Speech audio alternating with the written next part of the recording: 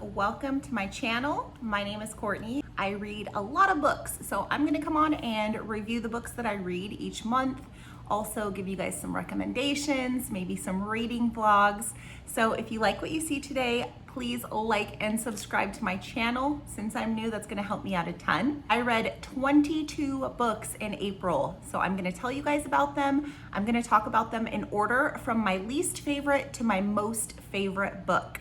And we're gonna start out with the first book, Meet Me in the Margins by Melissa Ferguson. And this was a cute romance. We're actually following Savannah, who is a low-level editor at a prestigious publishing company. And Savannah wants to start writing her own romance book. So she's kind of secretly writing this book. And while she's at work, she discovers a little hidden room. She calls it the Book Nook. And this is where she sneaks away to do her writing. So one day she leaves her manuscript there in the Book Nook. And when she comes back, she finds that somebody has secretly edited her book. Somebody has written some notes in the margin, giving her some suggestions on things to change. And of course, at first, Savannah is a little bit defensive. She is irritated. How dare somebody edit her book without her asking them? So she writes some notes back, leaves the manuscript again, and they kind of start communicating through the margins of her manuscript, her and this secret editor. And we watch her grow accustomed to taking the advice that this secret editor is giving her. And their comments turn a little bit romantic. Now, Savannah has two guys who work in the office with her who she thinks might be the secret editor, right? And she doesn't really like either of them, but she's starting to really like the editor who she's communicating with through the margins of her book. It is a really cute romance story. It's fun trying to figure out who the editor is. We have little clues here and there. And it's just overall a super quick, easy read. If you love light, easy romance, I definitely recommend this one. Overall, I gave this one 3 stars, and yeah, I thought it was adorable. The next book is The Bell Jar by Sylvia Plath. Quite different, very heavy. This one I would describe as more of a psychological exploration. We are following Esther, who is a very intelligent, brilliant student, has a lot going for her, has a bright future ahead of her. But Esther's dealing with some internal mental issues, and we kind of follow along as she slowly starts descending into pretty much madness. She starts going a little bit insane, if you will, and ultimately she becomes suicidal. She's thinking about ending her life. Check the trigger warnings for this one. It is very dark. I'm actually in school for psychology, so I thought it was something that I definitely had to check out. It's a classic book, Sylvia Plath. The writing is absolutely stunning. Very dark though. Check the trigger warnings for this one. And I ended up giving this 3 stars. Overall, enjoyed it. I'm glad that I read it. So if that's something that you're looking for, go ahead and pick up The Bell Jar if you haven't checked it out before. The next book that I read is Stay Awake by Megan Golden. And I actually received an advanced copy of this book. I believe this one comes out August 9th. This is a psychological thriller. This one was a very, very fast-paced, quick read for me. I think I read it in like a day. We're following Liv, who wakes up in a taxi cab, and she doesn't know where she is. She doesn't know how she got there. She asks the taxi driver to drop her off at her apartment. And when she gets to her apartment, some stranger answers the door, and she's like, "I live here. This is my apartment. What are you doing?" And the stranger's like, "What are you talking about? We live here. We've lived here for 2 years." So Liv is very confused, right? As anyone would be. Liv goes downstairs and she realizes that her cell phone is missing. And while she's looking for her cell phone, she discovers that she has a knife in her pocket. She also discovers that she has words written all over her hands and her arms. And most of the words say, "Stay awake." So she's very confused. The next morning, Liv stumbles upon a crime scene, and she can see the window to the room that these police are investigating, and she can see words that appear to be spelled out in blood, and the words say, "Stay awake." So she's very confused. She's trying to figure out what this correlation is. Why does she have these words on her hands? Why does she have a knife? Now these words are at a crime scene. Did she do something? We're following along as she kind of puts together the bits and pieces of why she doesn't remember the last 2 years. She has people in her life who claim to know her and claim to want to help her, but she's a little hesitant to trust anyone, as she should be. Overall, it was a great read, a really, really fast-paced thriller again. So if that's what you're looking for, definitely pick this one up in August. Megan Golden is a great author, and I really enjoyed this one. The next book that I read is She Is Me Too by T.M. Shivner. And this one starts with Winifred, our main character, who also wakes up in a taxi cab, and she doesn't know how she got there or where she is. She's a little bit confused. So she goes home, and Winifred actually has experienced losing time before. We learn quickly that Winifred has an alternate personality whose name is Winnie. And Winnie comes out and takes control when Winifred is behind the scenes. But Winifred doesn't know what's going on when Winnie's in control. So definitely opposite personalities. So Winifred is actually agoraphobic. So just her waking up in a taxi cab outside of the house, she knows something's wrong. She doesn't ever leave her house. She has everything delivered to her. She is very quiet, very meek, doesn't have a lot of friends. She has one friend who comes over and visits her regularly, but Winnie. Now, Winnie is the opposite. Winnie likes to have a good time. Winnie thinks that Winifred is boring. Winnie likes to leave the house. And eventually, Winnie starts a relationship with a man who kind of knows what's going on. He knows that Winnie is an alternate personality, and he knows to only basically come around when Winnie is behind the steering wheel. So then we find out that there are some girls that are being murdered, and Winifred is kind of obsessed with the case. She's trying to find out what's happening to these girls, trying to put the pieces together of what she's doing when she is losing time. So this one was really fun. It wasn't the greatest, most beautiful writing ever, but it was a quick, easy read. Definitely probably not accurate mental health representation, so keep that in mind. Overall, I enjoyed it. I ended up giving this one 4 stars, and I would recommend it if you're looking for kind of a fun thriller. The next book that I read is One by One, and this is written by Frida McFadden, who is quickly becoming one of my favorite authors ever. This woman is brilliant. She writes the best quick little thrillers. I devour her books in a day. One by One, we are following our main character, Claire, who has been having some relationship trouble with her husband. So they're going on this kind of vacation, getting away from the kids, trying to rekindle a little bit of a spark or decide if maybe they aren't ultimately right together. They're going on a vacation with 2 other couples, 4 friends.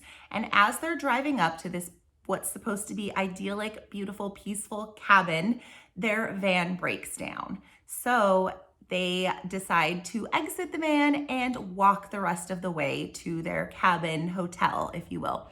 And along the way, they end up getting lost in the woods. So we see them spending the night.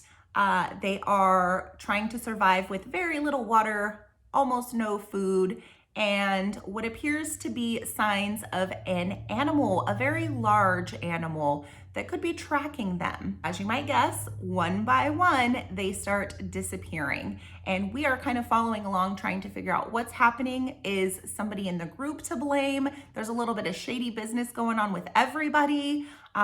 Is it really a wild animal that's hunting them? What's going on? This one was super twisty. The ending was amazing, and I ended up giving this one 4 stars. I highly recommend this. So far, I've loved every Frida McFadden book I've read, and you're gonna hear about a couple more in this video. The next book is Dark Roads by Chevy Stevens, and this is a story about our main character, Haley, who recently lost her father, who was just a great father. She was very close with him.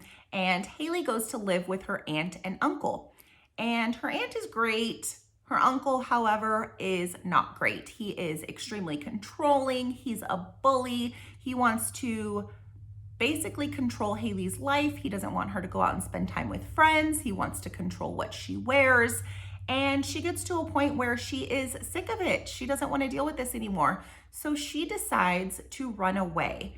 But as she's running away, she also decides that she wants to make it look like she was either taken or murdered so that they don't look for her. She doesn't want her uncle looking for her because her uncle is also a police officer. There have been girls disappearing in the area. So Haley thinks, maybe if I run away, they'll believe that I'm one of these girls that was taken or murdered and they won't come look for me. Now, one of the girls that was discovered murdered has a sister who comes back to the town where Haley ran away from. And she's trying to figure out what actually happened to her sister. So as Beth is looking for her sister and trying to figure out what happened to her, she actually puts a target on her own back. And Haley knows what's going on. Haley isn't actually dead. Haley is kind of watching from the sidelines, hidden away. And it's really fun to watch them try to figure out independently what happened, what's going on.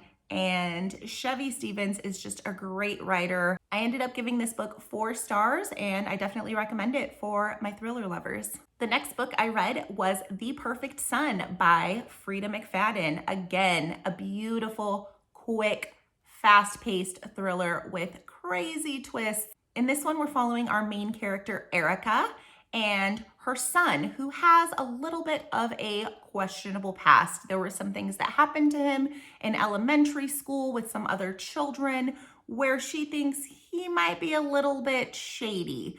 So a girl from her son's school goes missing, and she finds out that her son was secretly involved with this girl.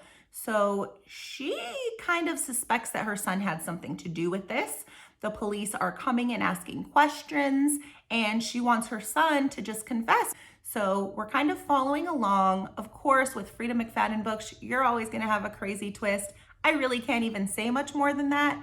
Trust me, pick up this book. It was great. The twist in this one was so good. Again, Frida, the queen, she did it. I gave this one 4 stars. I really enjoyed it. Definitely at the top of my Frida McFadden book faves. The next book I read is The Roughest Draft, and this one is by Austin Siegmund Broca and Emily Wibberley. Now, in this one, we're following Katrina and Nathan, who are co-writing authors. They have previously written successful books together, but somewhere along the way, they had a falling out, and both of their individual careers aren't going so amazingly. So they decide, actually, they're kind of forced to join back together to co-author a book again. They take a retreat to a beautiful little house that they've stayed in and written in before, and we watch along as they try to write together while not feeling so great about each other. And they kind of start writing about each other. They're writing and then passing it back and forth, checking it out, adding to it, and they kind of figure out that each one is writing about the other person in their descriptions. And it is a romance story, so we watch their relationship grow. This one, the writing is so beautiful. I absolutely loved this book. I definitely recommend checking this one out if you love a little bit of a slow build, a lot of tension, a lot of passion. This was a gorgeously written book, and yeah, definitely check it out. The next book that I read is The Wife Upstairs by Frida McFadden. This was a good Frida McFadden month. I was kind of binging her books. This book is about a woman named Victoria who gets into an accident where she is no longer able to walk. She is also no longer able to speak. So her husband hires someone to come kind of help take care of her, and that is Sylvia. Now, Sylvia comes in and she's trying to introduce herself to this woman. She doesn't really know how this woman feels about her. She can't speak, she can't walk, she's pretty much bedridden. Victoria doesn't really seem to be happy with her husband helping her out, caring for her. She kind of has these violent outbursts anytime her husband comes near her. So Sylvia one day finds Victoria's diary, and this might sound a little bit similar to another book that you've read. I know there's a lot of comparisons between this and Verity. I will say they are, to me, entirely different, both amazing. I loved them both. Sylvia ends up finding Victoria's diary, and if what she reads in the diary is true, she should be very suspicious and kind of becomes on high alert, trying to get a little bit of information out of Victoria as much as she can. Victoria seems to want to communicate with Sylvia. And of course, you have that amazing Frida twist in the end. It is a great book. Definitely recommend, again, for a fast-paced thriller. I definitely recommend The Wife Upstairs for my thriller lovers. The next books that I read, I'm going to talk about together because I can't really talk about the second book in this series without spoiling anything from the first book. And those are Flock and Exodus by Kate Stewart. Now, these books are wild. This is a crazy roller coaster, very explicit sexual content in these ones. So if you're not into that, maybe skip out. But if you're into it, these were really fun. We are following our main character, Cecilia, who is about to go to college, and she has this estranged father who she doesn't really know, but he is set to give her a large amount of money. But he has a stipulation. She has to come live with him for a year and work in his factory. So Cecilia goes to this town that she's unfamiliar with. She leaves behind her mother, who has taken care of her whole life, to live with her father, who she really knows nothing about. And she goes to work at her family business, this factory, where she meets a boy named Sean. And she has kind of a quick forming relationship with Sean. He takes her to a party, a backyard party, where she meets another of his friends, Dominic. And these guys seem a little bit different. They seem really tight-knitted, a little bit more than just best friends. They seem to have a little bit of a brotherhood going on. They're really big on taking care of each other. And Cecilia actually grows to like both of these guys. So we're kind of following along in the relationship between these three characters. And when I say it is wild, it is wild. There's not a ton I can say about it without giving away any spoilers, and I'm huge on no spoilers. So if you're into crazy, a little bit, definitely romance, a little smut, check this one out. I gave both of these 4 stars, and I will eventually read the third book in this installment. The next book that I read is Too Good to Be True by Carola Lovering. And this book was such a pleasant surprise. I was not expecting this book to be as good as it was. We are following Skye, who has pretty severe OCD. Like, she can't leave a room without knocking. She has her compulsions that have really prevented her from living a normal life. And she's very insecure about that. She ends up meeting Burke, who is very accepting of her diagnosis, and she falls in love with him very quickly. They have kind of a whirlwind romance. Everything seems perfect to Skye. Everything seems perfect with Burke. She thinks that she has finally met the love of her life, and they quickly become engaged to be married. We quickly find out that Skye comes from a family that is very, very wealthy. And Skye comes across these letters from Burke to his therapist, who she finds out is his marriage therapist with his wife. Yes, Burke is already happily married. So this was a very twisty, that's not a spoiler, it's actually in the synopsis for these, and you find out pretty quickly what's going on, so don't worry about that. But this was such a twisty and fun ride. I was so thrilled with this book. I highly recommend it. Overall, I gave it 4 stars. I thought it was great. Definitely worth picking up. I love the mental health representation in this one and learning about Skye's past traumas and what she's gonna do with Burke now that she learns the truth, because she loves Burke and she might not really care about Burke's other wife. So yeah, definitely check it out. The next book that I read was Bringing Down the Duke by Evie Dunmore.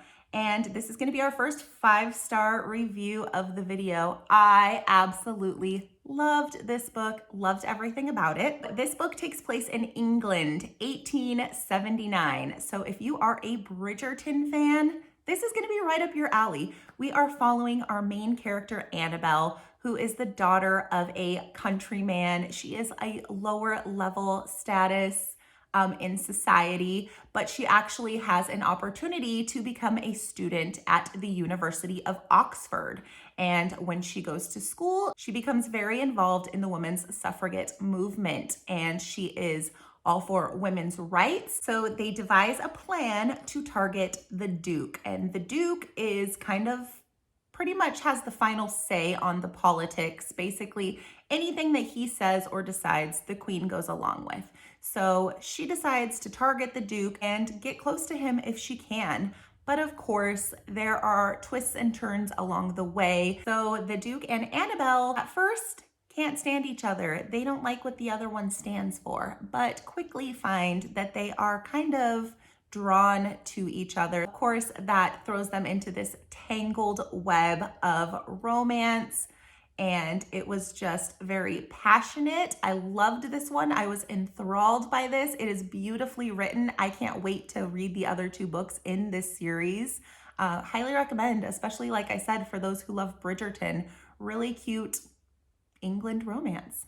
The next 5-star book that I read, we're quickly approaching the top of my list, was Insomnia by Sarah Pinborough. And in this one, we follow Emma, who is approaching her 40th birthday. And when Emma was a child, her and her sister were actually taken and put into foster care because when her mother turned 40, she sort of went mad. She kind of became a harm to her children and to herself. Emma is having some problems sleeping, and she's starting to get a little bit delusional, and she's wondering if what happened to her mother could be happening to her. There are some things that happen where Emma starts questioning if she would be capable of harming her children.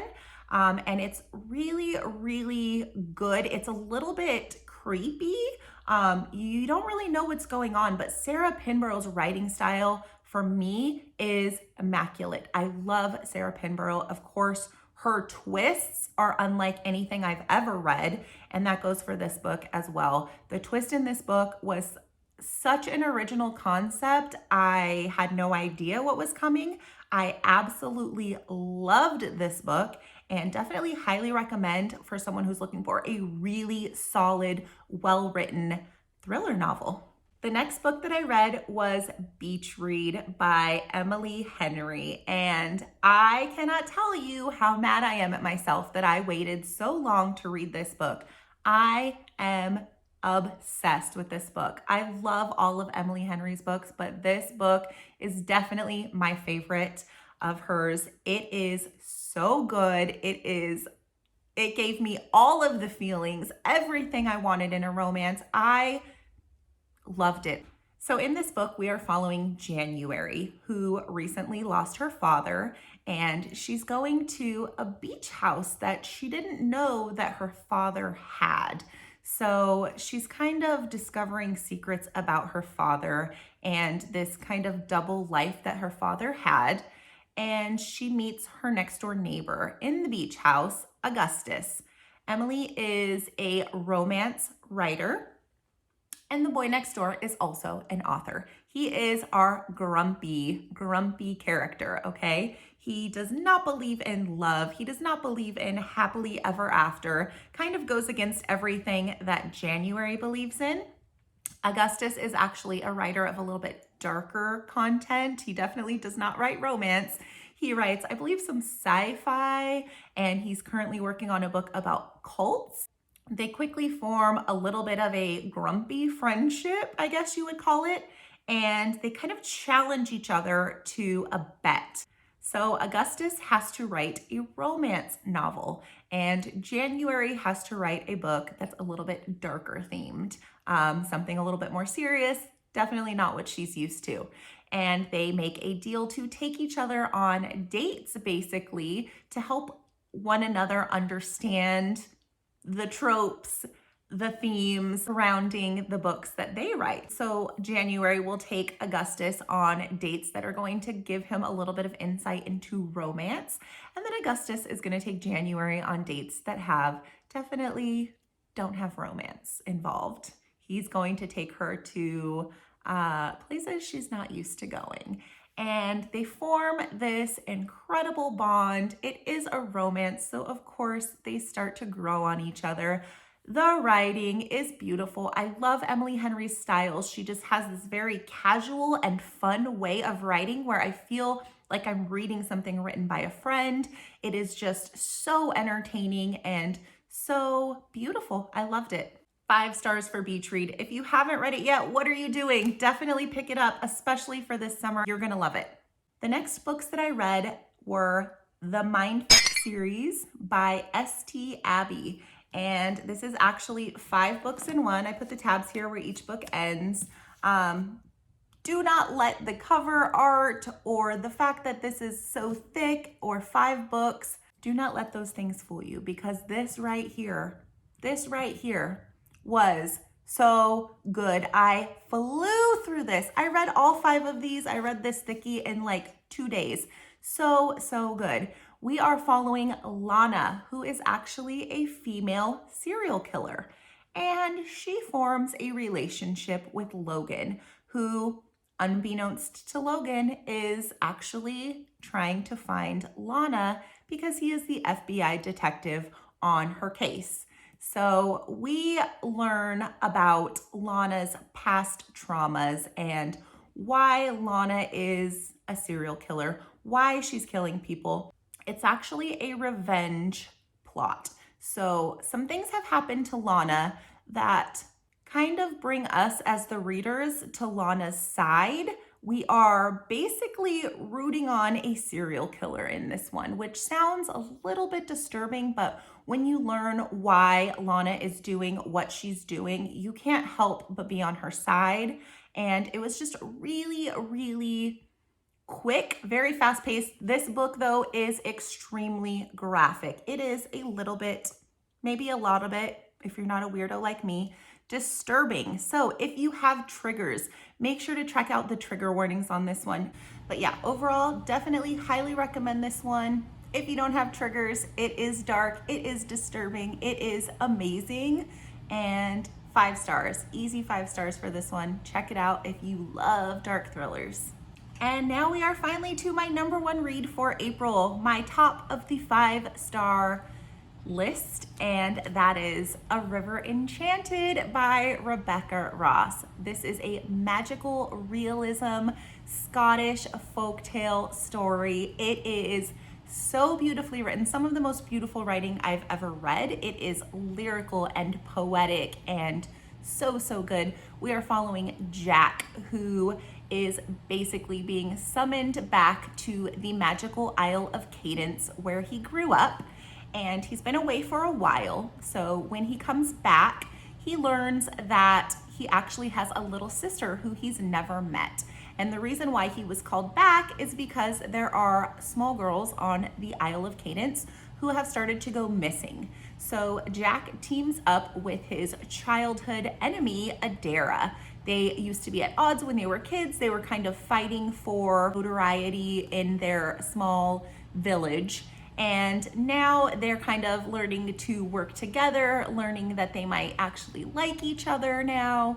And they're trying to figure out what's going on, who's taking these girls. There are a lot of magical elements in this one. Jack is the bard of the village, and he plays this harp that can actually entice the spirits. So Jack and Adara are trying to get the spirits of the island to give them information about what's going on. So Jack and Adara are basically summoning the spirits of the northeast, south, and the west.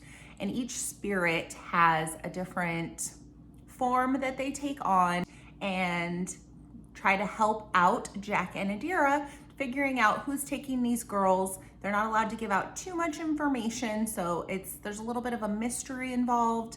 And ultimately, Jack and Adira work together. They have to bring the village together, and it is just stunning. I know I'm not explaining it well. It's very different. I highly recommend this one. If you are into fantasy at all, it is really great, and just following along with all of the magical elements that take place and seeing these two different kingdoms, the East and the West, that are at odds with each other. And by the end of the book, we learn that Jack and Adira, who are from the East, have to kind of work with the West to basically stop these girls from being captured. And I am so excited for the next book in this series. I believe it comes out this December, and I can't say enough good things about this book. It is beautiful. Highly recommend this one. It was the best book of April. Definitely going to be a favorite of the year. So check out A River Enchanted. I loved it. It was stunning. Yeah, check it out. So if you liked what you saw in my video today, drop a comment for me and let me know that you watched, and then please hit the like and subscribe buttons so that I know that you guys want more of this content. And thank you guys for watching.